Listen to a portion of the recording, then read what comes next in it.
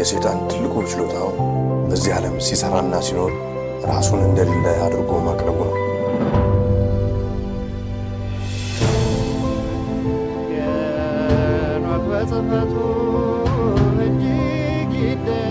The Ethiopians slept near 1,000 years, forgetful of the world by whom they were forgotten. ሁላችንም ከተኛንበት የቀን እንቅልፍ ነቅተን የድርሻችንን ልናደርግ የተገባን ሰዓት አሁን ነው። መቼም ነጥፋለን አለ ምክንያት አመጣ። ጆሮ ያለው ቢኖር ይስማ፣ ዘመኑንም ይዋጅ። Aesop Ethiopia, the truth shall set you free. ጤና ይስጥልኝ በያላችሁበት የዓለም ክፍል ሁሉ ሰላምታ ይድረሳችሁ። ኤሶፕ ኢትዮጵያ ዛሬ ረቡዕ ሰኔ 3 2018 ዓ.ም ከእንግሊዝ ሀገር ከለንደን የሚያስተላልፍላችሁን የዛሬ ፕሮግራም ይጀምራል። እንደያላችሁበት ሀገር እንደየሰዓት አቆጣጠራችሁ ሁላችሁንም ሰላም እላለሁ። ሰላም ናችሁ ወይ? ተጠፋፍተን ነበር። እንግዲህ ያው ያለው የሀገራችን ሁኔታ ትንሽ ከባድ አስቸጋሪ ስለሆነ በዓለማችን የሆነ ያለውን ነገር እንደገና ደግሞ እንዳልጭንባችሁ ማለት ነው እና የዛሬው መርሃ ግብራችን የሚያተኩረው በሀገራችን እየሆነ ባለው ጉዳይ ላይ የሚያጠነጥን ነው። ሌሎች ፕሮግራሞችን ዛሬ አናይም፣ ግን እዛ ላይ በደንብ አድምተን እንነጋገራለን እና ይሄ 515ኛው መርሃ ግብራችን ነው። ብዙ ሰው ከኛ ጋር እንዲያየው ከፕሮግራሙ በኋላም ለብዙዎች እንዲዳረስ አድርጉልን። ይሄ በጣም እንግዲህ በበራሪ ወረቀቱ እንዳያችሁት ብዙ ነገሮችን ነው የሚያነሳው። በአንድ ባገኘሁት አርቲክል ላይ ተመርኩዘን ከዛም ደግሞ እኔ ጋር ያለውንም ጥናት አብረን አካተን እያየን በአይዲያ ሩም ላይ ሀሳብ አስተያየታችሁን እያስቀመጣችሁ የምንነጋገርና ዘመኑን የምንዋጅ ይመስላል። እንደምታውቁት እንግዲህ የወገኖቻችን ደም በጣም ብዙ ዓመት እየፈሰሰ ነው ከዳር እስከ ዳር። ማንም አይባይ የለውም። ልክ ሀገር እንደሌለው ባለቤት እንደሌለው ሀገር እየሆነ ነው።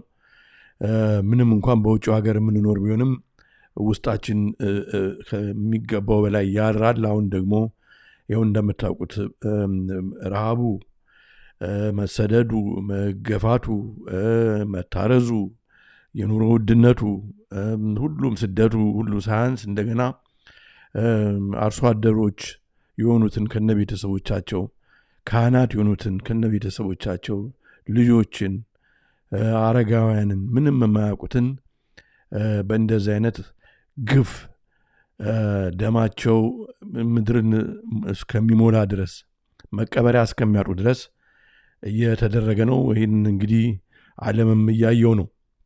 ስለዚህ በዚህ ጉዳይ ላይ ሰሞኑን በአንዳንድ ነገሮችን ሳገላብጥ ያገኘሁትን መረጃ ወደ እናንተ ማቀርብላችኋለሁ። አንድ ወዳጄም ይህንንም አርቲክል ይኸው ብሎኝ ነበር። እሱንም አንድ ላይ አድርጌ ማቀርብላችሁ ይሆናል ማለት ነው እና እስከ ፕሮግራሙ ፍጻሜ ድረስ አብራችሁን ቆዩ። ሀሳብ አስተያየታችሁን በአይዲያ ሩም ላይ አስቀምጡልን፣ ለብዙዎች እንዲዳረስም አድርጉ። ይሄ እንግዲህ በጣም የሞት ሽረት ጉዳይ ነው በአሁኑ ወቅት ወገኖቼ እና የዛሬውን እንግዲህ ፕሮግራም አሁን ይጀምራለሁ። ባትዬ ነች ዛሬ የረር ባታ ነች። በፕሮግራሙ ሂደት የረር ባታን እንግዲህ አገዛት ትርሱ። እኔም ራሱ ጠፍቼባቸው ነበር አባቶች ጋር ሰሞኑን በጣም እየደወሉ ነበረ። ለማንኛውም እንግዲህ ተመልሰናል እና ነገሮችን ዓለም አቀፍ በሆነ መንገድ ደግሞ ምን መረምር ይሆናል። ለማንኛውም ለብዙዎች እንግዲህ እንዲዳረስ ላይክ እያደረጋችሁ ግቡልን።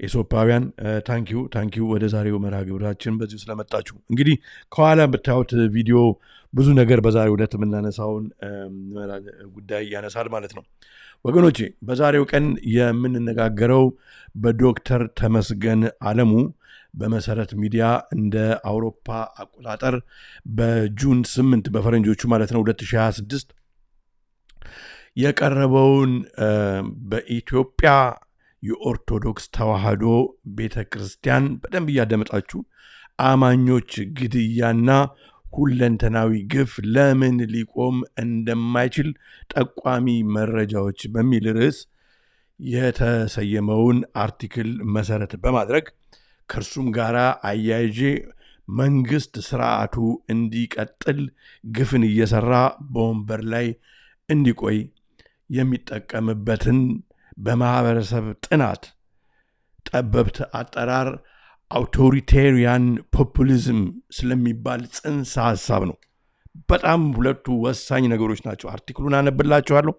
አርቲክሉን ካነበብኩላችሁ በኋላ አውቶሪቴሪያን ፖፑሊዝም አሁን በሀገራችን በሶሻል ሚዲያው ይሄ ውታፍ ነቃው ነው ያለው አንድ ወዳጅ ውታፍ ነቃውና ይሄን በቃ እየተከፈለው የሚፈነጨዋላል በሚዲያ ላይ መንግስትን ሜካፕ የሚቀባው እሱን በደንብ የሚገልጽ ቃል ነውና ስለሱ በደንብ እናያለን ማለት ነው።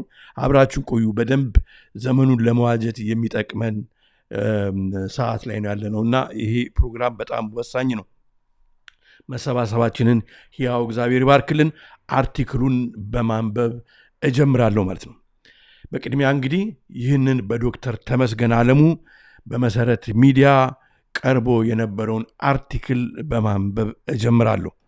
አንድ ፕሮፌሰር ረዳት ፕሮፌሰርም ኢትዮጵያዊ ማከብራቸው እሳቸውም በሚዲያቸው ዘግበውታል። እኔም ደግሞ እሳቸው አርቲክሉን ብቻ ነው የተወያዩበት። እኔ ደግሞ አውቶሪታሪያን ፖፑሊዝም የሚለውን አብሬ አክዬበታለሁ። ሁሉም ሰው በዚህ ጉዳይ ላይ አዌር መሆን አለበት እና ማንበብ ጀምራለሁ ማለት ነው። እንግዲህ እያቆምን እየተነጋገርን እንቀጥላለን ማለት ነው። የዛሬው መርሃ ግብራችን ይሄ ነው። እንግዲህ በዶክተሩ አገላለጽ በአማርኛ ስነ ቃል ውስጥ የጠፋን ነገር ከሌባ ጋራ ከፈለከው ፍጹም አታገኘውም የሚባል የጠፋን ዕቃ ከሌባ ጋር ከፈለከው ፍጹም አታገኘውም የሚባል የተለመደ አባባል አለ። በአሁኑ ወቅት በኢትዮጵያ የተለያዩ የሀገሪቱ ክፍሎች በተለይም በኦሮሚያ ክልል አርሲ፣ ሸዋና ወለጋ እንዲሁም በተለያዩ የታችኛው መዋቅሮች በኦርቶዶክስ አማኞች ላይ እየተፈጸመ ያለውን አሰቃቂና ስልታዊ ግድያ፣ መፈናቀልና አጠቃላይ ነባራዊ ሁኔታ ከዚህ በላይ በትክክልና በተጨባጭ በዛ እንግዲህ አባባል ማለት ነው በተጨባጭ ሊገልጽ የሚችል ብሂል የለም ይላሉ ዶክተሩ። በደንብ አዳምጡ። በጣም የሚገርም ነው። የአሁኑ ስርዓት በስልጣን መንበሩ ላይ እስካለ ድረስ ዓመታት ቢቆጠሩም በሀገሪቱ ውስጥ ያለው አጠቃላይ የጸጥታ ቀውስና በኦርቶዶክስ አማኞች ላይ የሚፈጸመው ስልታዊ ማጽዳት ወይም ሲስተሚክ ፐርሲኩሽን እንደሚቀጥል በእርግጠኝነት መናገር ይቻላል። ይህን የጨለምተኝነት ወይም ፔሲሚዝም ወይም ክፉን የመመኘት ውጤት ሳይሆን መሬት ላይ የሚታዩ ፖለቲካዊ፣ መዋቅራዊና ማህበራዊ እውንታ ምክንያታዊነትን በመጠቀም በመተንተን ጉዳይ ነው። ሺህ ጊዜ ተደጋግሞ ቢከሰትም የማያባራው የሰቆቃ እውነታ ልክ የዛሬ 10 ዓመትም በተመሳሳይ ለአንድ ሳምንት ያህል እንደ ማህበረሰብ አልቅሰን እንደምናልፈው ጥርጥር የለውም። ደግሞ የሆነ ነገር ካላደረግን ማለት ነው ዶክተሩ እየተናገሩ ያሉት አንድ ነገር ካልተደረገ የዛሬ 10 ዓመትም ያው በቃ አንድ ሰሞን ግርግር እንፈጥራለን፣ እናለቅሳለን፣ ዋይ ዋይ እንላለን፣ ተመልሶ ግን ይቀጥላል እያሉ ነው። ይህን እውነት በድፍረት ተጋፍጦ ስር ነቀል መፍትሄ ማሰብ ካልተቻለ ልክ እንደተለመደው ለአንድ ሳምንት አልቅሰንና አዝነን ወደኋላ የምንረሳው ወቅታዊ ክስተት ብቻ ሆኖ ይቀጥላል። በእርግጥ ወደፊት የጊዜ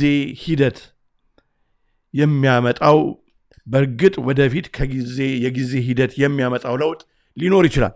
ነገር ግን ይህ ለውጥ የመሻሻል የእኩልነትና የፍትህ ሳይሆን ዛሬ በዳር አገርና በገጠር በቀበሌዎች የሚፈጸመው ግድያና ማፈናቀል ወደ አዲስ አበባና ወደ ሌላው መሃል አገር በስፋት የሚስፋፋ መሆኑ ብቻ ነው። ምክንያቱም ጥቃቱን በዘላቂነት የሚገታ አንዳችም መዋቅራዊ ሥራ በአሁኑ ሰዓት እየተሰራ ወይም እየታሰበ አይደለም። ለአሁኑ ሁለንተናዊ ሰቆቃና ግድያ በዚህ መልኩ እንደሚቀጥል የሚያሳዩ 8 መሰረታዊና ሰፊ ምክንያቶችን እንደሚከተለው በዝርዝር መተንተን ይቻላል ብለው ይቀጥላሉ ዶክተሩ። እስኪ እነኝን 8ቶቹን ዶክተሩ ያስቀመጧቸውን እነኝን ነጥቦች አንድ በአንድ እያነበብን እየተወያየን እናንተም በሐሳብ መስጫ ክፍል ውስጥ ስለ እያንዳንዱ እየተናገራችሁ እንቀጥል። እስኪ ሐሳባችሁን እየሰጣችሁ፣ ምክንያቱም ከዚህ በላይ እንግዲህ በጣም ለሀገራችን በጣም መሰረታዊ ጊዜ የለም ነገሮችን ለመዋጀት። በጣም በቃ ሁላችንም ቆርጠን መነሳት ያለብን ሰዓት ላይ ነው የምንገኘው። በዶክተሩ አገላለጽ የመጀመሪያው የመንግስት ርዕዮተ ዓለም መነጽርና ታሪካዊ መስተጋብር ወይም አይዲዮሎጂካል ትሬት የመጀመሪያውና መሰረታዊው ምክንያት አሁን ያለው የፖለቲካ ስርዓትና በስልጣን ላይ ያሉ ከፍተኛ አመራሮች የኦርቶዶክስ ቤተ ክርስቲያንን መንግስት እንግዲህ ከላይ ያለው ኢትዮጵያ ላይ የሚመራው አስተዳደሩ በዛ ከፍ ያሉት ቦታ ላይ የተቀመጡት ማለት ነው። የኦርቶዶክስ ቤተ ክርስቲያንን ታሪካዊ ሚና አስተዋጽኦና ምዕመናንን የሚያዩበት የርዕዮተ ዓለም መነጽር ነው። ተመልከቱ። የአሁኑ መንግስት ድህነትን፣ ምክንያቱም ይህ እንግዲህ እንደምታውቁት ፕሮስፓሪቲ ጎስፕል ስለሆነ የአሁኑ መንግስት ድህነትን፣ ኋላ ቀርነትን እና የትናንት ታሪክን ተያያዥ አድርጎ የሚስለው ትረካ ውስጥ የኦርቶዶክስ ቤተ ክርስቲያንን እንደ ዋና ተዋናይ አድርጎ ይፈርጃል። ችግርን፣ ድህነትን፣ ማንኛውንም ኋላ ቀርነት ጋራ የተያያዘ ነው ብሎ የሚያስበውን ሁሉ ቢቻል በአንድ ጊዜ ካልሆነም በጊዜ ሂደት እንዲጠፋና እንዲከስም ይፈልጋል። ይሄ እኮ እየተደረገ ነው። በግልጽም እየተናገሩ ነው። እነኚህ ፓስተር ተብዮቹ የሚፈነጩት ማለት ነው። ከኋላ በስክሪኑ ላይ የምታዩት እነሱ እኮ ሲናገሩ ነበር። ኦርቶዶክስ ድህነትን ነው የምታመጣው፣ ኦርቶዶክስ ስለሆነ ነው የኢትዮጵያ ሕዝብ በብዛት እስካሁን ድረስ ወደኋላ የቀረ ነው ምናምን እያሉ እንደሚናገሩት ማለት ነው። አያችሁ፣ አብረው ነው የሚሰሩት እያሉ ነው ዶክተሩ። ለዚህ ደግሞ ይላሉ ዶክተሩ የኦርቶዶክስ ቤተ ክርስቲያንን እንደ ድህነት ዘበኛ ስለሚቆጥር እንደ ትልቅ እንቅፋት ያያታል። ታያላችሁ። ስለዚህ እነኚህ ኢቫንጀሊካል ፕሮስፓሪቲ ጎስፐል አመራሮችና ፓስተሮች ሁሉም በአንድነት ማለት ነው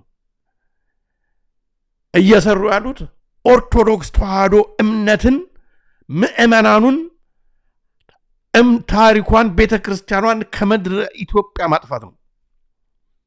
ምክንያቱም እንደ እንቅፋት ስለሚያዋት ማለት ነው። ተመልከቱ። ይህ እንግዲህ ውጫዊ የሆነ ከውጭ የመጣ አስተሳሰብ ሁሉ አለው ማለት ነው። ይህ አስተሳሰብ በይስሙላ የሚነገር ሳይሆን ጠቅላይ ሚኒስትሩ ራሳቸው በጻፉት መደበር መጽሐፍ ላይ በግልጽ ተቀምጦ ይገኛል። በመጽሐፍ ውስጥ ይላሉ ዶክተሩ ለአገር እድገትና ለብልጽግና አስተሳሰብ የሚመቸው የፕሮቴስታንት የሥራ ስነ ምግባር ወይም ፕሮቴስታንት ወርክ ኤቲክ ብለዋል በመደበር መጽሐፋቸው እንደሆነ የኦርቶዶክስ አስተሳሰብ ግን ከዚህ ጋር እንደማይገጥም ስልታዊ በሆነ መንገድ ተቀምጧል። አያችሁ፣ Ethiopians slept near 1,000 years, forgetful of the world by whom they were forgotten. አያችሁ የተብሎ the fall of the Roman Empire መጽሐፍ የተጻፈው ይሄ ነው። አባቶቻችን ይሄ እንዳሁን ነበር እስካሁን ሲታገሉ የነበሩት። ኢትዮጵያን በቀጥታ መውረር ያቃታቸው ዛሬ በስልታዊ ባንዳዎችን ቁጭ አድርገው ቤተክርስቲያኗ ታሪኳ የሀገሪቱ ታሪክ ቤተክርስቲያን ውስጥ እንዳለ ስለሚያውቁ የሚገርም እንገነጣጠልበትን የምንሞትበትን የምንጠፋበትን መንገድ እስካሁን ሲቀምሩ ነው አሁን እዚህ ድረስ ደርሷል ማለት ነው። ስለዚህ ደግሞ ኦርቶዶክስ ቤተክርስቲያን መጥፋት አለባት። ይህ የርዕዮተ ዓለም አቋም ምክንያቱም እዚህ ጋር አንድ ነገር መጨመር ይቻላል። አያችሁ የኢትዮጵያ ኦርቶዶክስ ተዋሕዶ ቤተክርስቲያን ስንመረምር ማለት ነው ፊደሏን፣ ባህሏን፣ ታሪኳን፣ አልባሳቷን ሁሉን ነገር ስናይ ለእያንዳንዱ ኢትዮጵያ ያበረከተችው ነገር በጣም ከፍተኛ ነው። ኢትዮጵያ ኦርቶዶክስ ቤተክርስቲያን አንድ የተዋሕዶ ሰው ራእዩ መንግስተ ሰማያት ነው መሆን የሚፈልገው ኢትዮጵያ ነው። ተስፋው ገነትን የሚያየው ኢትዮጵያን ነው። ልቡ ወደ ሌላ ሄዳ አይደለም። እኔ ሙስሊም ወንድሞች እህቶችን በመንተን በማለት አይደለም። የሙስሊምና እምነት ግን መካ መዲናን ነው የሚያየው። የፕሮቴስታንት እምነት እንግሊዝን ወይ ጀርመንን ነው የሚያየው። የካቶሊክ እምነት ጣሊያንን ነው የሚያየው። ሆሊ ፕሌሱ ያ ነው። የኛ ሆሊ ፕሌስ ከእስራኤል ጀምሮ እስከ ሀገራችን ነው። በቃ ሀገራችን የገነት ጎረቤት ነች እንላለን። የእግዚአብሔር ምርጥ ዕቃ በሙሉ ጸላቱ ሁሉ መስቀሉ ታቦቱ ሁሉ ተሰብስቦ የተቀመጠባት የእግዚአብሔር ማህደር ምርጥ ዕቃ ማስቀመጫ ነች ሀገራችን ብለን እናያለን። ይሄኛ ምን መሰክረው ብቻ አይደለም ሀገር የሚመሰክረው ነው። ስለዚህ መጋደላችን ከስጋና ከደም ጋር ብቻ አይደለም ከክፋት መንፈሳዊም ጭምር ጋር ነው። ዶክተሩ ያስቀመጡ ያሉት ይሄን ነው። እንቀጥል። ይህ የርዕዮተ ዓለም አቋም ወደ መንግስት የቢሮክራሲና አስተዳደራዊ የመንግስት መዋቅር ሲወርድ ምዕመኑን ከሃይማኖቱ የመነጠልና የማዳከም ትልቅ ፕሮጀክት ሆኖ እንዲቀረጽ አድርጎታል። ይህ የርዕዮተ ዓለም አቋም ወደ ታችኛው የመንግስት መዋቅር ሲወርድ ምዕመኑን በአንድም በሌላም መንገድ ጫና በማሳደር ከሃይማኖቱ የመነጠልና የማዳከም ትልቅ ፕሮጀክት ሆኖ እንዲቀረጽ አድርጎታል።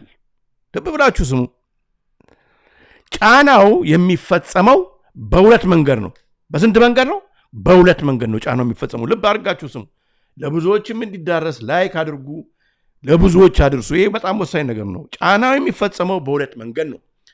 በአንድ በኩል የሥራና መሰል ማበረታቻ እድሎችን በሃይማኖት ስብጥር ላይ በመመስረት ለተወሰኑ ወገኖች ብቻ አያችሁ ተከፋዮቹ ማለት ነው።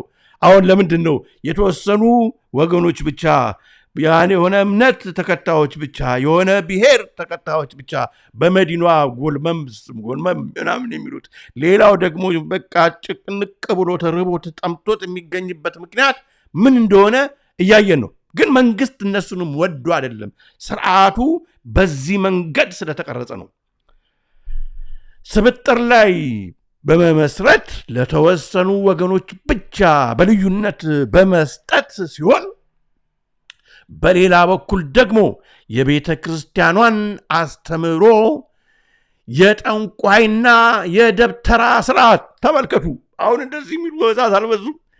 በቃ ከቅርብ ጊዜ በፊት የሆነ ካህን እንትና ሲይዘው ሲጠነቁሉ የተያዙ ተብሎ ዶሮ ሲይዘው ምናምን የሚያደርጉት በቃ የኢትዮጵያ ቤተ ክርስቲያን የጠንቋይና ደብተራ ናት ብቻ የሚል ማለት ነው። አያችሁ፣ የእነሱ ደግሞ ለእግዚአብሔር የቀረቡ የሌሎቹ አድርገው በጣም ማት መከራ እኮ ነው የደረሰብን ወገኖቼ። እንዲኮ በቀላል የሚታይ አይደለም። የጠንቋይና የደብተራ ስርዓት የመንግስት ነቢያት ሲባረሩ ያዩት ትልቅ አለት ወይንም የሰሜን ዛር ሃይማኖት እያሉ ካለምንም ተጠያቂነት እንዲህ ማን ይጠይቃቸዋል? ማን ይጠይቃቸዋል?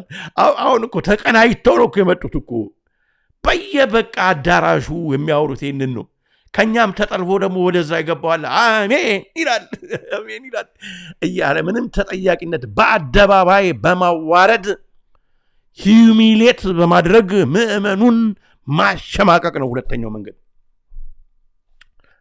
ያንዳንዱ ነገር እውነት መሆኑን በአይናችን እያየን ነው ወገኖች። ቀጥላለሁ። አሁን በፌዴራል መስሪያ ቤትም ሆነ በተለያዩ የአገሪቱ ክፍሎች ኦርቶዶክስ ሆኖ እነ ኢቢኤስ መስቀል ምናምን አታድርጉ ያሉበትን ጊዜ ታስታውሱ የለም? ሆኖ የመስራት ስራ ማግኘት፣ የመንግስት ስራ ማግኘት፣ በተለይም የኃላፊነት ቦታ መውሰድ በአፓርታይድ ደቡብ አፍሪካ ጥቁር ሆኖ የመሾምን ያህል አስገራሚ እየሆነ ነው። የቤተ ክርስቲያን ባንዲራና አርማ ይዘ ስለወጣ ተብሎ በጸጥታ ኃይሎች የሚገደልበትም ጊዜ አይተናል። መልካም ወጣት በሚሉ ስሙ መንግስታዊ ከለላ ባላቸውና የገንዘብ ድጋፍ በሚደረግላቸው መርሃ ግብሮች የኦርቶዶክስ ወጣቶችን ይሄ ባይዘው በየቲክቶኩም ሁሉ አሉ ተከፋዮች ይህንን ወጣቱን ታርጌት ያደረጉ ገንዘብ የሚከፈላቸው የመንግስትን ፕሮብሌም የህዝብ ፕሮብሌም ነው የሚሉ ስለተባዛችሁ ነው፣ ቁጥራችሁ ስለበዛ ነው፣ ልጆቻችሁን በአግባቡ ስላሳደጋችሁ ነው፣ መንግስት ምን ያድርግልህ አንተ ኦልሬዲ ደካማ ሆነ ደንቆሮ ስለሆንክ የሚሉ የሚከፈላቸው ማዕት ናቸው። ስለዚህ የኦርቶዶክስ ወጣቶችን ከጨለማው ቦታ እንኳን ወደ ብርሃኑ መጣችሁ እያሉ ከኦርቶዶክስ ወደ ሌላው ሃይማኖት እያሉ ማለት ነው በአደባባይ መስበክና ማንኳሰስ የተለመደ ሆኗል። ስለዚህ በአጠቃላይ አሁን የምናየው ግድያ ከመንግስት ከቆመበት የአስተሳሰብ አምድ ስለሚነሳ ሊቆም አይችልም። የሚገርም። ሁለተኛ የጠቅላይ ሚኒስትሩ የብልጽግና ወንጌል እይታና የብልግና ወንጌል ልል ነበር። የብልጽግና ወንጌል እይታና ሃይማኖታዊ ፋታሊዝም ወይም ፕሪቴሪያን ፋታሊዝም ሁለተኛውና እጅግ አደገኛው ምክንያት በጠቅላይ ሚኒስትሩና በዙሪያው ባሉ አጋሮቻቸው ዘንድ የሚነገረው የብልጽግና ወንጌል ወይም ፕሮስፐሪቲ ጎስፕል ዓለም አቀፋዊ እይታ ነው። እኛን ጠባብ፣ እነሱ ሰፊ፣ እነሱ የሚበለጽጉ፣ እኛ ብልጽግናን ወይም ማደግን የምንጎትት አድርጎ ሌላውን መሳል ማለት ነው። በዚህ ፍልስፍና መሰረት አንድ ሰው ሁል ጊዜ በጎ ተስፋ ሊኖረው ብሩህና ትክክለኛ ስሜት ሊሰማው ይገባል። እዚህ ጋር እንግዲህ ንቁ፣ ተነቃቁ ምናምን የሚሉትን ሰዎች እንግዲህ አብረው እንደሚሰሩ ማለት ነው ወገኔ። እዚህ ጋር ልብ ይሏል። ዶክተሩ ግሩም አድርገው ነው የገለጹት። እያየን ነው። ስንቶቹ ብግ ንቁ ምናምን የሚባለው ግሩፕ ውስጥ ገብተው የሰውን ገንዘብ በልተው አሁን የሌሉትን እያየን ነው። አብረው ነው የሚሰሩት። እንደገና ማሊያ ቀይሮ ደግሞ ይመጣሉ። እያየን ነው። እንቀጥል። በመሆኑም መከራና ስቃይ ምንም ያህል ቢበዛ እንደ አጀንዳ መታየት የለበትም።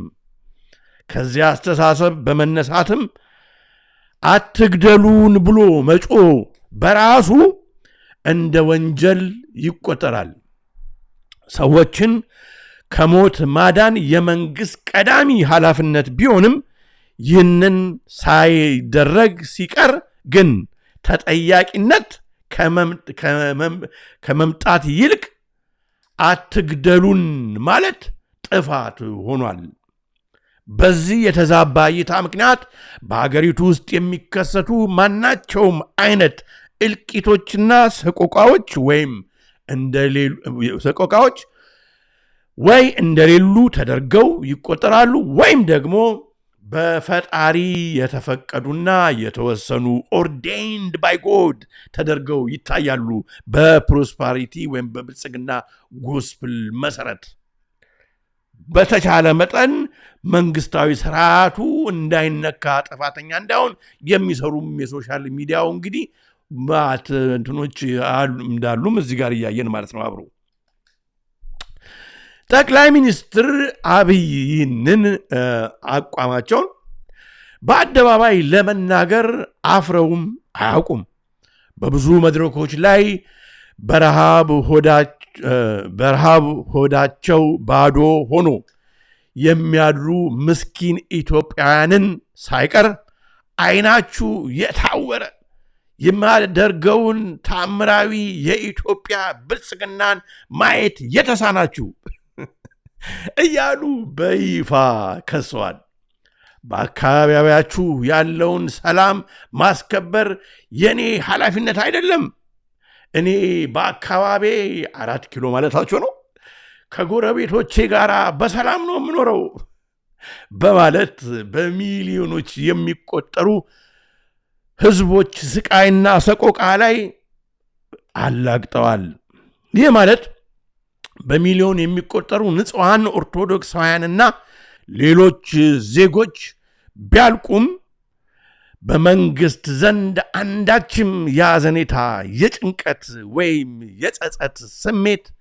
አይፈጥርም ምክንያቱም እምነቱ መርሆው ፕሮስፐሪቲ ፓርቲ ፕሮስፐሪቲ ጎስፕል ስለሆነ ነው ዳን የሚጸልየፍ ስለሆነ ማለት ነው ይገርማል ይህን አሰቃቂ እውነታ ይበልጥ አደገኛ የሚያደርገው የውስጥ ሃይማኖታዊ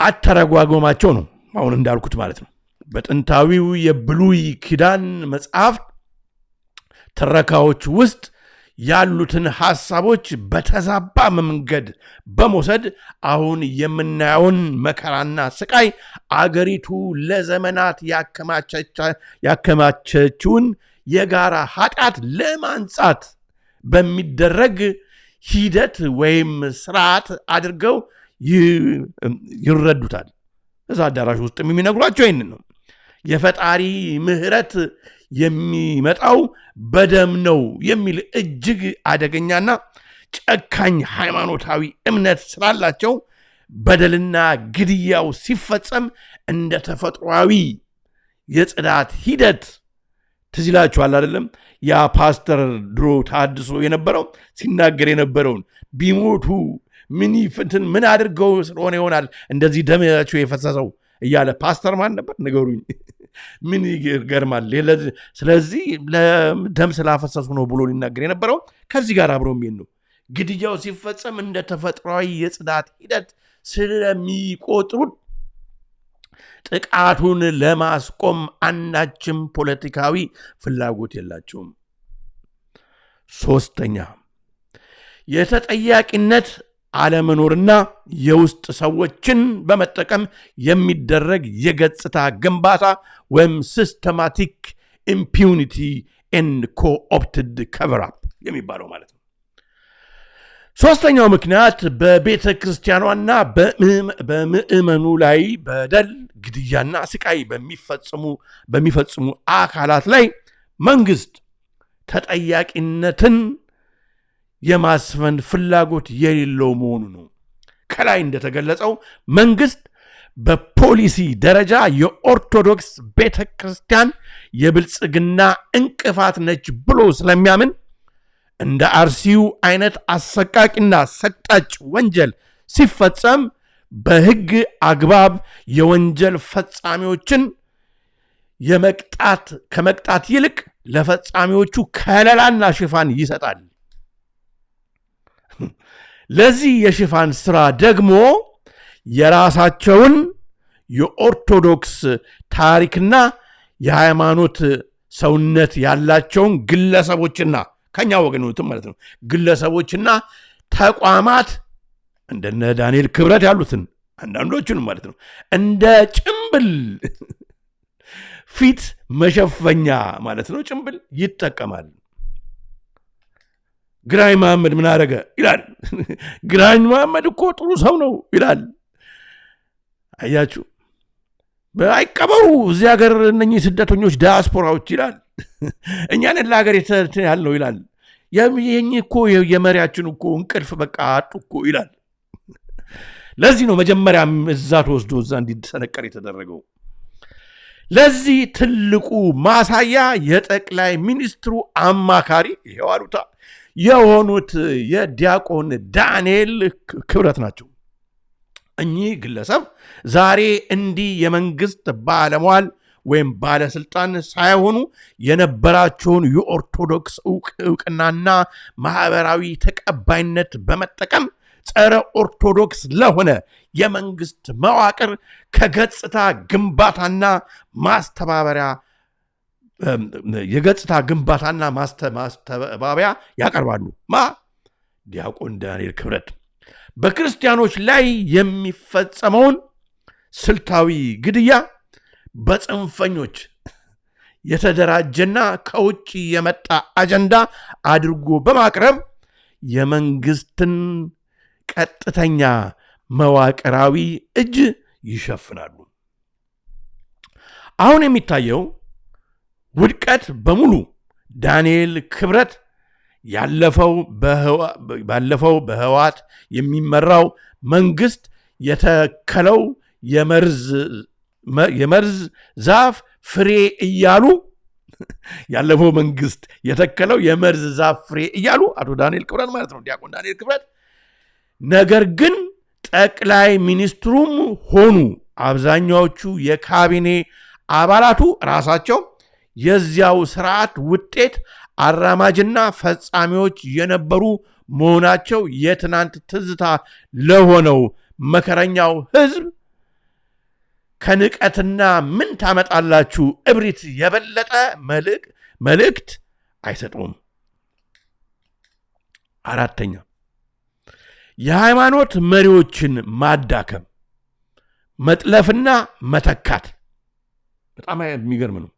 ወይም በእንግሊዘኛው subversive infiltration of leadership። ከዚህ በፊት ምን ፕሮግራም ሰርቼባችኋለሁ ስለ subversion infiltration፣ ስለ subversion mechanism። አያችሁ አራተኛው ምክንያት ለኦርቶዶክስ ሃይማኖት ህዝቡን በአባታዊ አንድነት አንድ አድርገው ለማንቀሳቀስ መብቱን ለማስከበርና ድምፅ ለመሆን የሚችሉ ብቁ መሪዎች እንዳይኖሩ ሆን ተብሎ የተሰራው የውስጥ ማዳከም ስራ ነው።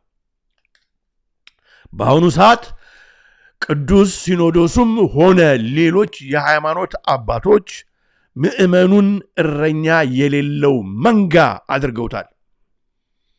እንደ ድሮው ለህዝብና ለሃይማኖቱ እውነት ፊት ለፊት ቆሞ የሚጋፈጥ መሪ ማግኘት አስቸጋሪ የሆነው መንግስት በሃይማኖት አባቶች ላይ በሚያደርገው የተራቀቀ ጥቅማጥቅም ስጋዊ ማስፈራሪያና የመጥለፍ ወይም ኮኦፕሽን ስትራቴጂዎች ነው።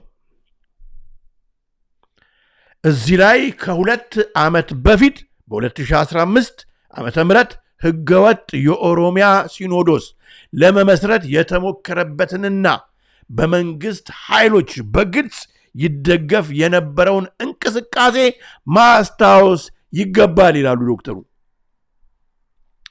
በወቅቱ ጠቅላይ ሚኒስትሩ ሲኖዶሱን ለመክፈል የሚደረገውን ጥረት የሚቃወሙትን አካላት በግልጽ ቴሌቪዥን ላይ ወጥተው አስፈራርተውም ነበር። ዓላማው ህዝቡን መከፋፈልና ማሸበር የነበረ ቢሆንም ምዕመኑን ግን በአንድነት በነቂስ ወጥቶ አቋሙን ሲያሳይ መንግስት ወደ ኋላ ያፈገፈገው አስመስሎ ነበር። ሆኖም መንግስት ያንን አጋጣሚ የተጠቀመው ህዝቡን ሊያንቀሳቅሱና ሊያስተባብሩ የሚችሉ ጠንካራና ተጽዕኖ ፈጣሪ አባቶችን ጋልቫናይዚንግ ፊገርስ ለይቶ ለማወቅም ጭምር ነበር። የሚገርም ነው። በመቀጠልም የመንግስትን የማስገደጃ ኃይል ወይም ኮሬሲቭ ፓወር በመጠቀም አንዳንዶቹን ወደ አገር እንዳይገቡ በማገድ እንደ ዳንኤል ክብረት ያሉ ሰዎችን መሳሪያ በማድረግ እነዚያን ጠንካራ አባቶች በማግለልና በማጥፋት በራሱ ቁጥጥር ስር ባሉና ለስጋቸው በቆሙ ታማኝ ሰዎች ተክቷቸዋል። ይህም ተቋሙን መሪ አልባ የማድረግና በዚህም መንጋውን አንድ በአንድ ከሃይማኖቱ የመንጠል ተኩላዊ ፕሮጀክት አካል ነው። 5ኛ ቤተ ክርስቲያንን እንደ ስልጣንና ፖለቲካ ስጋት መቁጠር ሚት ኦፍ ዶሚኔሽን። ቤተ ክርስቲያንን እንደ ስጋት መቁጠር። 5ኛው ምክንያት መንግስት የኢትዮጵያ ኦርቶዶክስ ተዋሕዶ ቤተ ክርስቲያንን ሰፊ የህዝብ መሰረትና ታሪካዊ አንድነትን የመጠቀም አቅም ለስልጣኔ ዋነኛ ስጋት ናት ብሎ ማመኑ ነው።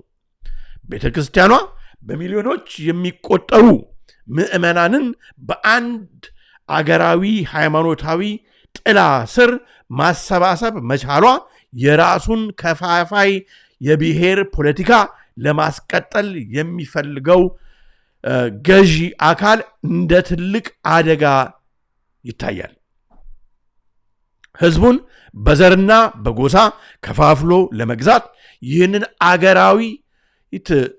አገራዊ ትስስር የያዘውን ተቋም ማዳከም፣ ምዕመኑን ማሸበርና በነዋሪነቱ ላይ እዚህ ጋር እንግዲህ ቤቱን የማፍረሱ ዝም ብሎ ከተማን ብቻ ከማሳደግ ብቻ እንዳታዩት፣ በአንድ ጎረቤቶች ሆነው የኖሩትን ደብራቸውን ለቀው አካባቢያቸውን ለቀው ወደ ሌላ ቦታ ሲበታተኑ ቤተክርስቲያናቸው ሲፈርስ ምን እየተደረገ አሁን ከምን እየተነጋገርን ካለነው ጋራ ያለውን እንትን አብረን የምናየው ጉዳይ ነው ማለት ነው።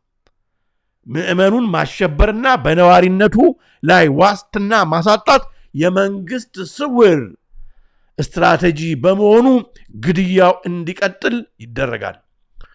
መንግስት ቤተ ክርስቲያኗን የቀድሞ ስርዓት ናፋቂ አቤት እጅ ቃለማ በስታለች የቀድሞ ስርዓት ናፋቂ ወይም ለብሔር መብት እድገት እንቅፋት አድርጎ በመሳል ወይም እየጠራት የራሱን የስልጣን ዕድሜ ለማራዘም ሲል የጥላቻ ፖለቲካ መጋቢ ያደርጋታል።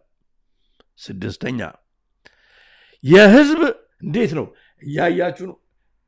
በጣም አሪፍ እንትን አድርጉ፣ ላይክ አድርጉ፣ ለብዙዎች እንዲዳረስ ላይክ እያደረጋችሁ 260 ሰው እያየን ነው። በአሁን ሰዓት 127 ላይክ ነው። ከረሳችሁ ላይክ አድርጉ።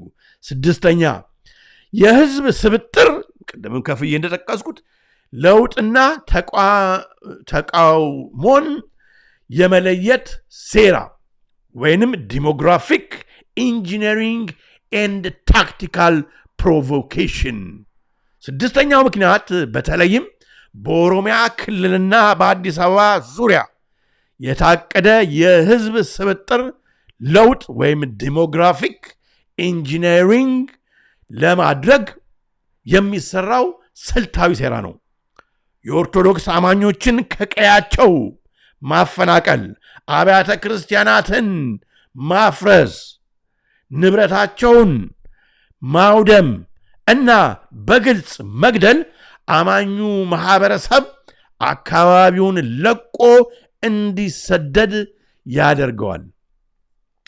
ይህም ኦርቶዶክስ ሃይማኖትን የአንድ ብሔር ሃይማኖት አድርጎ በመሳል ለምሳሌ ኦሮሞ ሆኖ ኦርቶዶክስ መሆንን እንደ ነውር በማስመሰል የሚፈጸም በቀጣይም በሃይማኖትና በብሔር አንድ ወጥ የሆነ ክልል የመፍጠር ፍላጎት የፈጠረው ነው። ከዚህም በተጨማሪ እነዚህ ጥቃቶችን በአደባባይ የሚሰነዝሩ ሰብአዊነትን የሚያዋርዱ ስድቦች ምዕመኑን ሆን ብሎ ለማስቆጣትና ለማነሳሳት የተሳደቡ ማለት ነው። እንግዲህ ሃይማኖቱን የሚመኑን እየተሳደቡ ትውፊቱን ታሪኩን እየተሳደቡ ማንነቱን ላይ እየተሳለቁ ምዕመኑን ሆን ብሎ ለማስቆጣትና ለማነሳሳት ወይም ፕሮቮክ ለማድረግ ጥቅም ላይ ይውላል።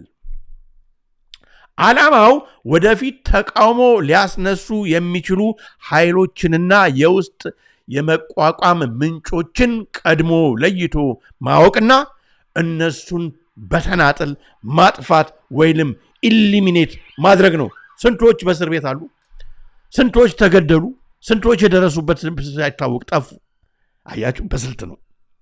ይህ ስልታዊ ሴራ ያሰቡትን የህዝብ ስብጥር የበላይነት በየአካባቢው ለመፍጠርና መሬት ለመቀማት ሆን ተብሎ የሚደረግ በመሆኑ ግድያው ዓላማውን እስካላሳካ ድረስ ሊቆም አይችልም፣ ይቀጥላል ማለት ነው።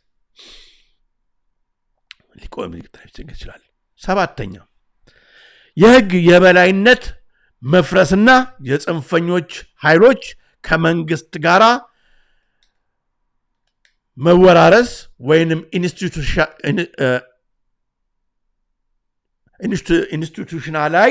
ኢንስቲቱሽናላይዝድ ኤክስትሪሚዝም። 7ኛው ምክንያት በአገሪቱ ውስጥ የህግ የበላይነት ወይም በሙሉ መክሰሙና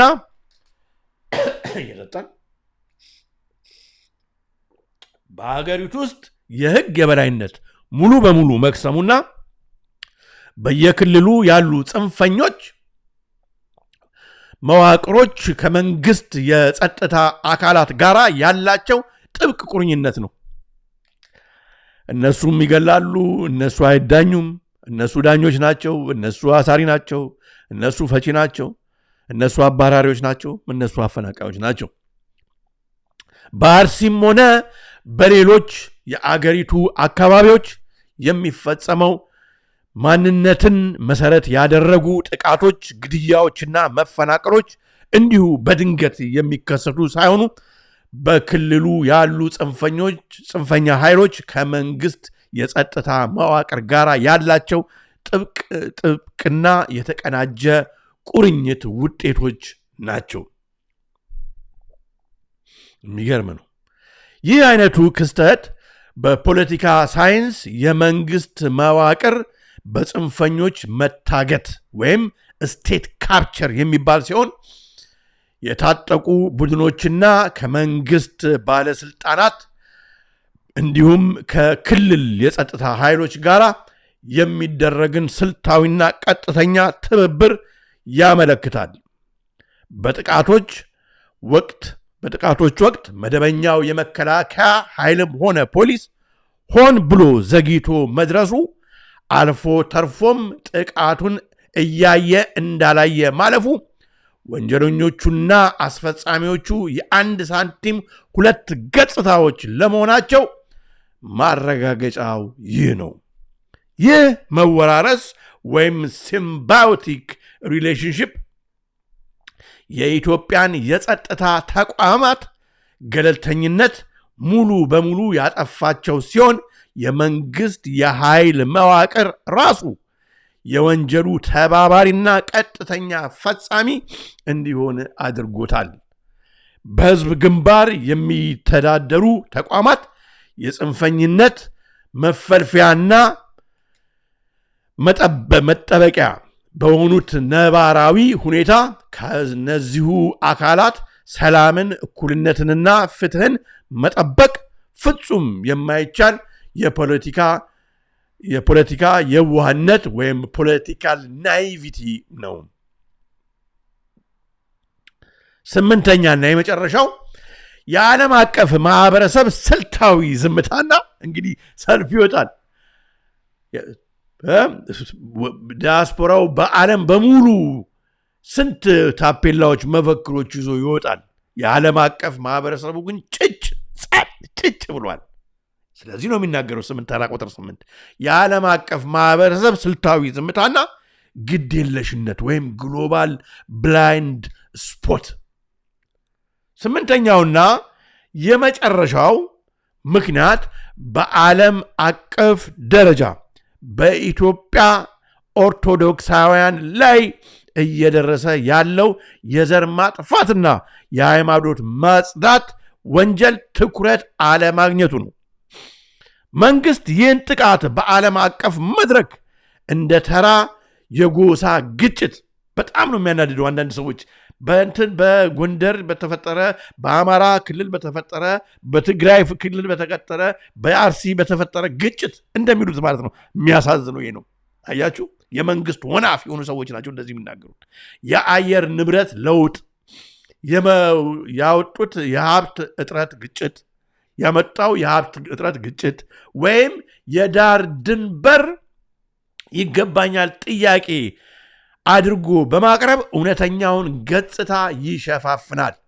ይሄ ተከፋዩ ሚዲያ ላይ ያለውን በሙሉ ይህንኑ ልክ የመንግስትን ሀሳብ ያንጸባርቃል። ቲክቶኩ በእነሱ ሰዎች የተሞሉ ናቸው። ልብ ያለው ልብ ይበል። ዓለም አቀፍ የሰብአዊ መብት ተሟጋቾችና መንግስታትም በጂኦሎጂካዊ ጥቅሞችና በዲፕሎማሲያዊ ግንኙነቶች እንግዲህ የፈረንጆቹ ወደ ውስጥ መግባት ወደኛ ሀገር መመላለስ ወደፊት እናገኛለን ብለው ሊቀራመቷት ያሰቡትን ሀገር ማዕድኗን፣ ሀብቷን፣ ወንዟን፣ ምኗን ሁሉን ነገራችን ማለት ነው። ይህን የማድረጉም አብሮ ጎን ለጎን እንደሚሄድ እየነገረን ነው። በዲፕሎማሲያዊ ግንኙነት ምክንያት የአረቦቹ ወደኛ ሀገር የመምጣት ፍላጎት ባንኩን፣ መሬቱን፣ ሁሉን የመወርሰሱ ነገር አብሮ ከዚህ ጋር እንደሚሄድ እያየን ነው ማለት ነው። በዲፕሎማሲያዊ ግንኙነት ምክንያት በጉዳዩ ላይ ጠንካራ ጫና ማሳደር አልፈለጉም። ይህ ስልታዊ ዝምታ ደግሞ የአሁኑ ስርዓት ካለ ምንም ስጋትና ተጠያቂነት በኦርቶዶክስ ክርስቲያኖች ላይ የሚፈጽመውንና የሚያስፈጽመውን ግፍ በነፃነት እንዲቀጥልበትና ይበልጥ እንዲደፋፈር በር ከፍቶለታል። አያችሁ፣ ከልካይ የለውም። የፈለገ ሰላማዊ ሰልፍ ውጭ ብትወጡ ምንም ነገር የለም። ምክንያቱም ፕሮሚስ የተደረገላቸው ሀገሮች ናቸው ምዕራባውያን።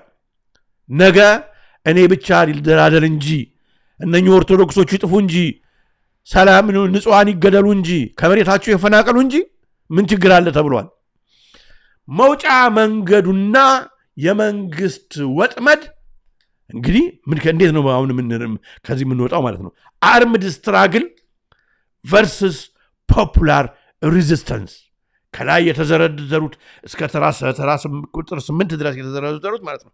ይኸውም መፍትሄውን እያቀረበ ነው። ዶክተሩ መፍትሄውን ካቀረቡ በኋላ እኔ ግን ደግሞ በመጨረሻ ደግሞ የራሴን ደግሞ ሪሰርች ያደረግኩትን ደግሞ አቀርብላችኋለሁ።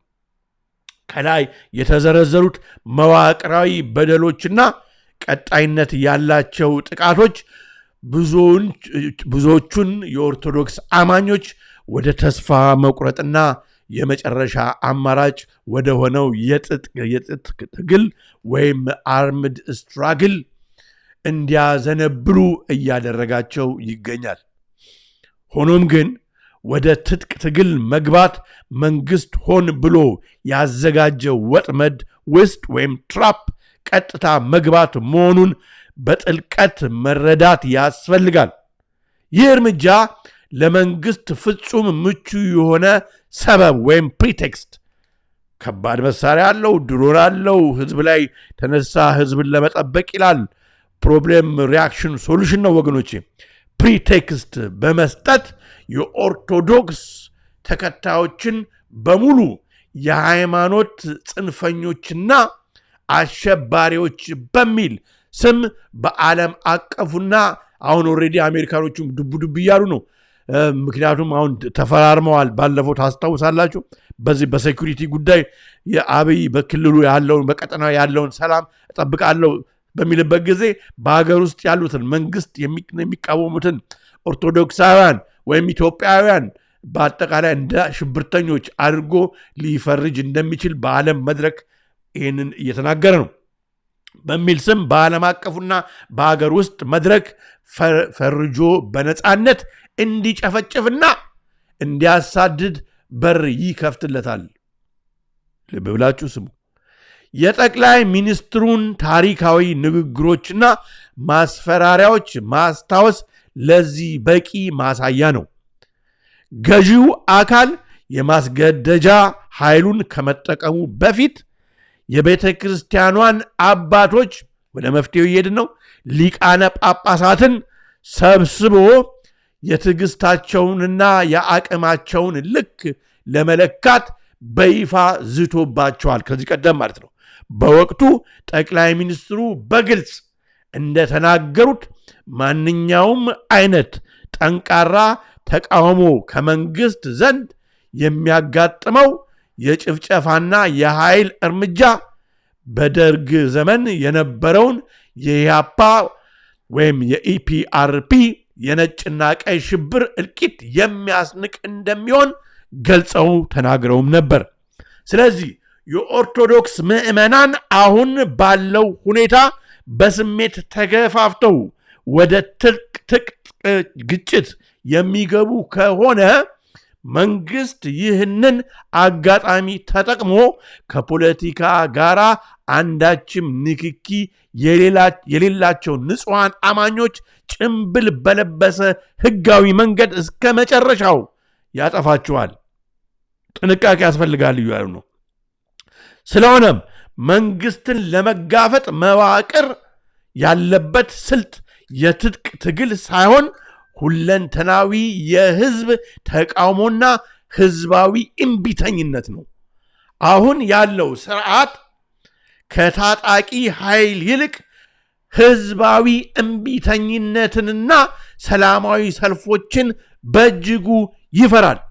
ህዝብ አንድ ከሆነ በመንግስቱ ውስጥ የሚሰራው ሚሊቴሪውም ሰው ከፖሊሱም ከህዝቡ ጋር ከሆነ ዶክተሮች፣ ኢንጂነሮች ከማንኛውም ብሔር ከማንኛውም ሃይማኖት የሆኑ ሰላምን የሚወዱ እግዚአብሔርን የሚፈሩ ኢትዮጵያዊነት ከምንም በላይ የሚሉ ወደ አንድ ከመጡ ይሄንን እርኩስ ዓላማ ይዞ የሚንቀሳቀስን ትንሽ ስብስብ ማጥፋት ይቻላል ማለት ነው። እንዳይሰራ ማድረግ ይቻላል። በእጅጉ ይፈራል እንደዚህ አይነቱን እንቅስቃሴ። ምክንያቱም መንግስት የመግደልና የማጥፋት ከፍተኛ ዝንባሌ ስላለው የታጠቀ ኃይል ሲገጥመው ወንጀሉን የሚያስተባብልበት የአገር ደህንነት እና ከታጣቂ ጋራ መዋጋት የሚል አውዳዊ ሰበብ ያገኛል። በሰላማዊ የህዝብ እምቢተኝነትና አልገዛም ባይነት ውስጥ ግን ይህንን ሰበብ ማግኘት አይችልም። በጣም ኃይለኛ ትልቅ ፖይንት ነው። በዚህ የታሪክ አጋጣሚ ውስጥ ትልቁን ድርሻ መውሰድ ያለባቸው በመንግስት የጸጥታ መዋቅር በወታደራዊና በደህንነት ተቋማት ውስጥ ያሉ ኦርቶዶክሳውያን ኢትዮጵያውያን ከማንኛውም ሃይማኖት ያላችሁ ኢትዮጵያ ትበልጥብናለች፣ ወገኖቻችን ይበልጣሉ፣ የንጹሐን ደም መፍሰስ ይብቃ የምትሉ የማንኛውም ማህበረሰብ ክፍሎች በተለያየ ተቋማት ውስጥ ያላችሁ፣ በደህንነት ተቋማት ውስጥ ያላችሁ የኦርቶዶክስ እምነት ተከታዮች ናቸው መጀመሪያ። ስለዚህ ኦርቶዶክስ ተዋህዶ እምነት ከዳር እስከ ዳር ያለ ሁሉም ለሃይማኖት ለንጹሐን ደም ለመፍሰስ ይህንን ሁሉ ከቁጥር ከታችሁ ማለት ነው ወገኖች። ከዳር ዳር በመናበብ ሄደን በመዋጋት አይደለም፣ እምቢተኝነትን መግለጽ፣ ሰላማዊ ሰልፍ ማስነሳት፣ በወደ አደባባይ መውጣት፣ መቃወም፣ አንድ መሆን የኦርቶዶክስ እምነት ተከታዮች ናቸው። እነዚህ ወገኖች ማስተዋል ያለባቸው ትልቅ እውነት አለ ይላሉ ዶክተሩ። የምትታገሉላትና የምትጠብቋት ቤተ ክርስቲያን ሙሉ በሙሉ ከፈረሰችና ከጠፋች ወደፊት የምትጠብቋት ሀገር የምትባል አንዳችም ምድር አትኖርም። ዛሬ ስርዓቱን ለማስቀጠል የምትሰጡት ጥበቃና የምትፈጽሙት ትዕዛዝ ነገ ተራው ደርሶ በተናጥል ኢንዲቪጁዋሊ የእናንተንና ቤተሰቦቻችሁን ህልውና ተራው እናንተ ጋር ይመጣል እንደሚያጠፋ መገንዘብ ይገባል። ማጠቃለያ ይላሉ ዶክተሩ በማጠቃለያ ደረጃ ያስቀመጡት። በአጠቃላይ እነዚህ 8 ምክንያቶች ፍንትው አድርገው የሚያሳዩት በኢትዮጵያ በኦርቶዶክስ ክርስቲያኖች ላይ እየተፈጸመ ያለው ሁለንተናዊ ግፍና ስልታዊ ግድያ እንዲሁ በአጋጣሚ የሚከሰት ሳይሆን ጥንቁቅ በሆነ የመንግስት የብልጽግና ርዕዮተ ዓለም በሃይማኖታዊ ሰበብ የውስጥ ሰዎችን በመጠቀም የሚደረግ የገጽታ ግንባታ እና ተቃውሞውን ለይቶ በማጥፋት ስትራቴጂ ላይ የተመሰረተ መሆኑ ነው። በደሉን የሚፈጽመውና ለፈጻሚዎቹ ከለላ የሚሰጠው ኃይል ራሱ በመንግስት መዋቅር ውስጥ ተሸሽጎ እስካለ ድረስ ከዚህ ስርዓት ፍትህና ሰላምን መጠበቅ ፍጹም የማይቻል ነው። ስለዚህ መፍትሄው በመንግስት ወጥመድ ወይም በታጠቀ ግጭት ውስጥ ሳይገቡ መላው ምዕመን የጸጥታ ኃይሎችና የተቋሙ መዋቅሮች በአንድነት ቆመው በሰላማዊ ስልታዊና በተቀናጀ የህዝብ እምቢተኝነት መብታቸውንና የቤተ ክርስቲያናቸውን ህልውና ማስከበር ብቻ ነው። እዚህ ጋር ልብ አድርጉ። ማህተመ ጋንዲ በእንደዚህ አይነት መንገድ ነው አንድ ጥይት ሳይተኮስ እንግሊዞችን ያህል ቀኝ ግዛት ወራሪ ያባረሩት። ህዝባዊ እምቢተኝነት በአግባቡ መምራት የሚችል ኃይል የትጥቅ ትግል ላድርግ ቢል እንኳ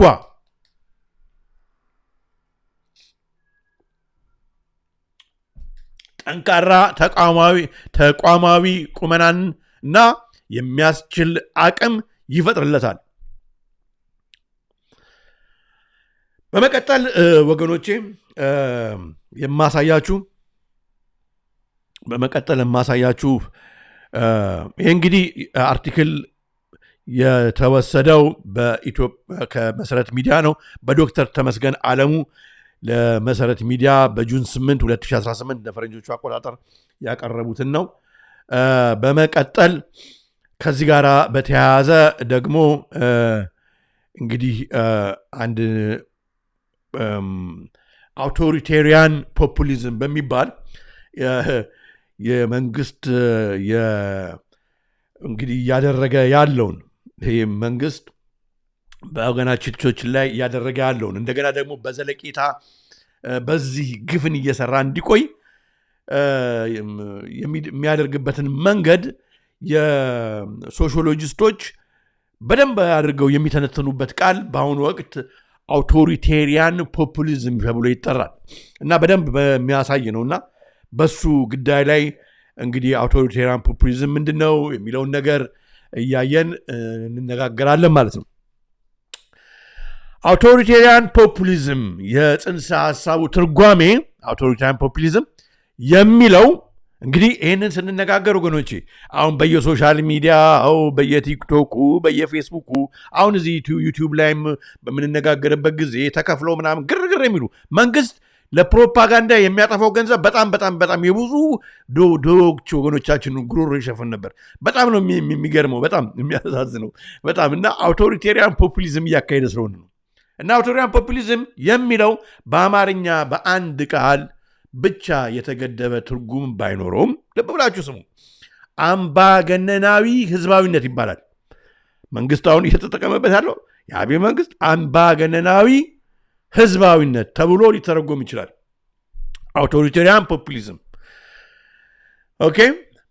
ይህ ቃል በዲሞክራሲያዊ ስርዓት ውስጥ ያሉ ተቋማትን እንደ ፓርላማ፣ ፍርድ ቤቶች እና ነፃ ሚዲያ እየሸረሸሩ መሪዎች በቀጥታ ከህዝቡ ጋር ግንኙነት እንዳላቸው በመስበክ ስልጣንን ለማጠናከር የሚጠቀሙበት የፖለቲካ አካሄድ ነው። ምን አውቶሪቴሪያን ፖፑሊዝም የአብይ መንገድ ይሄ ነው። ይሄ ነው እየተሰራ ያለው። ለዚህ ነው አሁን በየቲክቶኩ በቃ የገጽ ግንባታ የሚያደርጉ ተከፋዮች ወዲያ ወዲህ የሚሉት በምንድን ነው? መንግስት ከህዝብ ጋር ነው። የነኚህ ፓስተሮቹ በእርግጫ የሚመቱት፣ ሰውን የሚጥሉት፣ በካራቴ የሚመቱት ምን እያደረጉ ነው? አውቶሪቴሪያን ፖፑሊዝም እየሰሩ ነው። እንቀጥል። ይህን ጽንሰ ሐሳብ በአማርኛ ለማብራራት የሚከተሉትን ዋና ዋና መገለጫዎች መጠቀም ይቻላል። አንደኛ፣ ህዝባዊነት ወይም ፖፑሊዝም መሪዎች ራሳቸውን እንደ ንጹህ ህዝብ ተወካይ እና ተቃዋሚዎችን ወይም ተቋማትን ደግሞ እንደ ሙሰኛ፣ እንደ ልሂቃን ኮራፕት ኢሊትስ በመፈረጅ የህዝብን ስሜት ለማነሳሳት የሚጠቀሙበት ስልት ነው አውቶሪቴሪያን ፖፑሊዝም። የመጀመሪያው ይሄ ነው። እንግዲህ ይህንን እየተነጋገርን አሁን እዚህ ጋር ያሉትን ሶሻል ሚዲያ ላይ ያሉትን ተከፋዮች አሁንማ በየቀኑ በቀን 4-5 ጊዜ ቪዲዮ ነው የሚለቁት። ሁለተኛ፣ አምባገነናዊ ባህሪ ወይንም አውቶሪቴሪያኒዝም በህዝባዊ ድጋፍ ስም የስልጣን ክፍፍልን መጣስ፣ የተቃውሞ ድምፆችን ማፈን። ስንቱ ሰው ታሰረ? ስንቱ ሰው እንደ አባታችን ታዲዮስ ታንቱ ያሉ አረጋውያን፣ ጋዜጠኞች፣ የነፃነት መብት ተከራካሪዎች። ይህንን ደግሞ በምትኩ ህዝብ በማያስፈልገው በማይጠቅመው ጉዳይ የቲክቶክ አንበሶችን በእንግድነት እያመጡ በህዝቡ ላይ ይለቁታል። ህዝቡ ችግሩን ሲጠይቅ ኖ በዚህ የተደሰት ኢትዮጵያ እኮ እየለማች ነው አታይም እንደ የቲክቶክ የታወቁ ሰዎች የሚዲያ በዓለም ላይ ያሉ መጥተው ሲጎበኙና ለዓለም ሲናገሩ አታይም እንዴ የሚሉ ማለት ነው። የተቃውሞ ድምፆችን ማፈንና የመንግስት ተቋማትን ለግል ወይም ለፖለቲካ ፍላጎት ማስፈጸሚያነት መለወጥ። ሶስተኛ፣ አውቶሪታሪያን ፖፑሊዝም የመሪው አምልኮ ወይም ፐርሰናላይዜሽን ኦፍ ፓወር። አሁን አብይ እኮ እየተመለከ ነው። የአብይ መሪ እየተመለከ ነው። በቃ በነግሮኛል እግዚአብሔር ይላል ፓስተሩ። እንደዚህ ሁሉ እንደሚሆን 30 ዓመት 50 ዓመት እንደሚሆን የመሪው አምልኮ ፐርሰናላይዜሽን ኦፍ ፓወር፣ ስልጣን ከህገ መንግስት እና ከህግ ይልቅ በአንድ ግለሰብ ራዕይ ወይም እንደ መሲ እኮ ነው የሚያወጥ በሚታይ የመሪነት ሚና ዙሪያ መሽከርከሩ። አራተኛ፣ ብሔርተኝነት እና መገለል ወይም ናሽናሊዝም ኤንድ ኤክስክሉዥን፣ ህዝቡን ለማሰባሰብ ሲባል እኛና እነሱ፣ አማራና ኦሮሞ፣ አማራና ትግሬ፣ ትግሬና ኦሮሞ፣ ፕሮቴስታንትና ኦርቶዶክስ፣ ሙስሊምና ፕሮቴስታንት፣ ሙስሊምና ኦርቶዶክስ፣ እኛና እነሱ የሚል ክፍፍል መፍጠር ብዙውን ጊዜ የውጭ ጠላቶችን ወይም ውስጣዊ የሆኑ ልዩነቶችን እንደ ስጋት በመሳል የህዝብን ድጋፍ ማግኘት በስልጣን ላይ እንዲቆይ ማለት ነው። በአማርኛ የፖለቲካ ንግግሮች ውስጥ የሚንጸባረቁ ቃላት በኢትዮጵያ ወቅታዊ የፖለቲካ ትንታኔዎች ውስጥ ይህንን ጽንሰ ሐሳብ ለማብራራት የሚከተሉት ቃላት በብዛት ይስተዋላሉ። ተቋማዊነትን መሸርሸር፣ ኢንስቲቱሽናል ኢሮዥን። ተቋማዊነትን መሸርሸር፣ አሁን በቃ መንግስትን መቋም ስም ከማጥፋት ጀምሮ ማለት ነው። አለልኝ እንደዚህ ነው፣ ከበደ እንደዚህ ነው፣ መቀደ እንደዚህ ነው፣ እንደዚህ እኮ አደረገ። ፐርሰናል ይገባሉ አንዳንዴ የሚከፈሉ ሰዎች። በቃ ተከፍሎ የሆነ ነገር ፈልግበት ዋይ ኢዝ ኢት ኢንስቲቱሽናል ኢሮዥን ነው። ስለዚህ ከዚህ በኋላ ወገኔ ምን እንደሆነ ካወቃችሁ በኋላ ማለት ነው፣ ሰው ነው መቼስ እንከን ይኖርበታል። ግን ይህ ጥቃት በእናንተ ሊደሮች ላይ እናንተን በእውነት በሚወክሉ ሰዎች ላይ በሚሰነዘርበት ጊዜ ጆሮ ዳባ ልበስ ብላችሁ ሊደሮቻችሁን የእናንተ የሆኑትን ሰዎች መጠበቅ መቻል አለባችሁ። ለኢንስቲቱሽናል ኢሮዥን እንዲጠረጉ የእናንተ አንኳሮች እንዲጠረጉ መፍቀድ የለባችሁም። ገበናችንን በራሳችን ይዛለን። ሰው ስህተት ይሰራል፣ ግን የተሻገረበትን ድልድይ እንደሚሳደብ ከንቱ ሰው የለም። ወገኖቻችን ያደረጉትን፣ አባቶቻችን ያደረጉትን፣ ትላላቆቻችን ያደረጉትን አክብረን ዛሬ ይሄ ሲስተም ግፍ እየሰራ እንዲቀጥል ለማድረግ ማለት ነው የነሱን ተከፋዮች አስቀምጦ ገንዘብ እየሰጠ በቲክቶክ፣ በፌስቡክ፣ በሌላው ሶሻል ሚዲያ ፕላትፎርም ድምፃቸውን ስማቸውን ሲያጠፋ አብረን እያጠፋን መሳለቂያ አድርገናቸው ከኛና ከየተደረገው ካለው እንቅስቃሴ በቃ ጭር እንዲጠፉ ማድረግ የለብንም። ትክክለኛ ለውጥ እንዲመጣ ከፈለግን፣ ከግድያ ወገኖቻችን እንድኑ ከፈለግን፣ ሌላው ኤግዛምፕል ህግና ስርዓት ያላቸው ተቋማት ቦታቸውን ለግለሰብ ውሳኔዎች እንዲለቁ ማድረግ። ተመልከቱ፣ የፖለቲካ ምህዳርን ማጥበብ ወይም በእንግሊዝኛው ሽሪንኪንግ ፖለቲካል ስፔስ። በቃ አንድ የሚመረጠው እሱ ነው።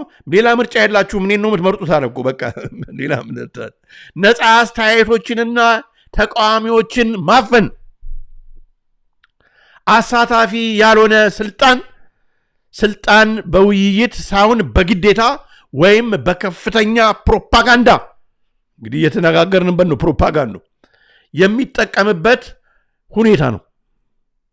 አውቶሪቴሪያን ፖፑሊዝም በአጠቃላይ ይህንን ጽንሰ ሐሳብ አምባገነናዊ ህዝባዊነት በሰፊው ሲገልጽ ግን የህዝባዊ ድጋፍን ስም በመጠቀም ህዝብ ነው የሚወደኝ፣ ህዝብ ነው የሚደግፈኝ፣ አታዩም እንዴ ብሎ አዳራሽ ሙሉ ሰው ያሳያል። እነሱን ነው ሚዲያውም እነሱን ነው የሚዘግቡት። በቃ የሌላውን ለቅሶ አይታይም፣ ፕሮስፐሪቲ ነው። ድጋፍን ስም በመጠቀም አምባገነናዊ ስልጣንን የማጠናከሪያ ሂደት ነው አውቶሪታሪያን ፖፑሊዝም። እና ቅድም ካነበብኩት አርቲክል ጋር አብሮ በደንብ ፍንትው አድርጎ ነገሮችን የሚያሳይ ነው። እናንተ ደግሞ ጨምሩበት፣ በአይዲያሩም ላይ ጨምሩበት።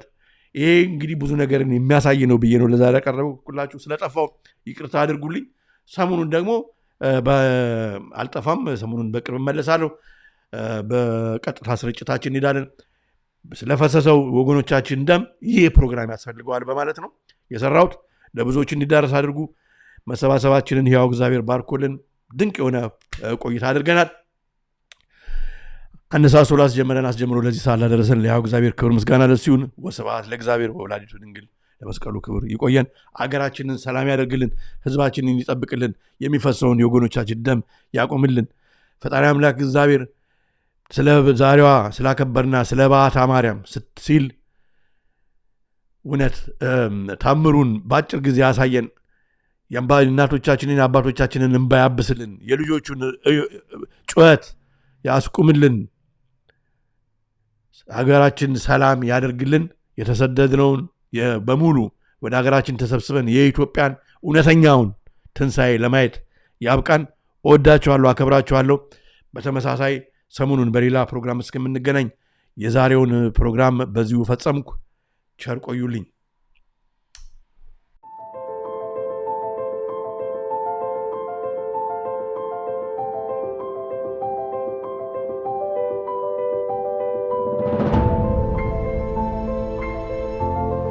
የሰይጣን ትልቁ ችሎታው በዚህ ዓለም ሲሰራና ሲኖር ራሱን እንደሌለ አድርጎ ማቅረቡ ነው።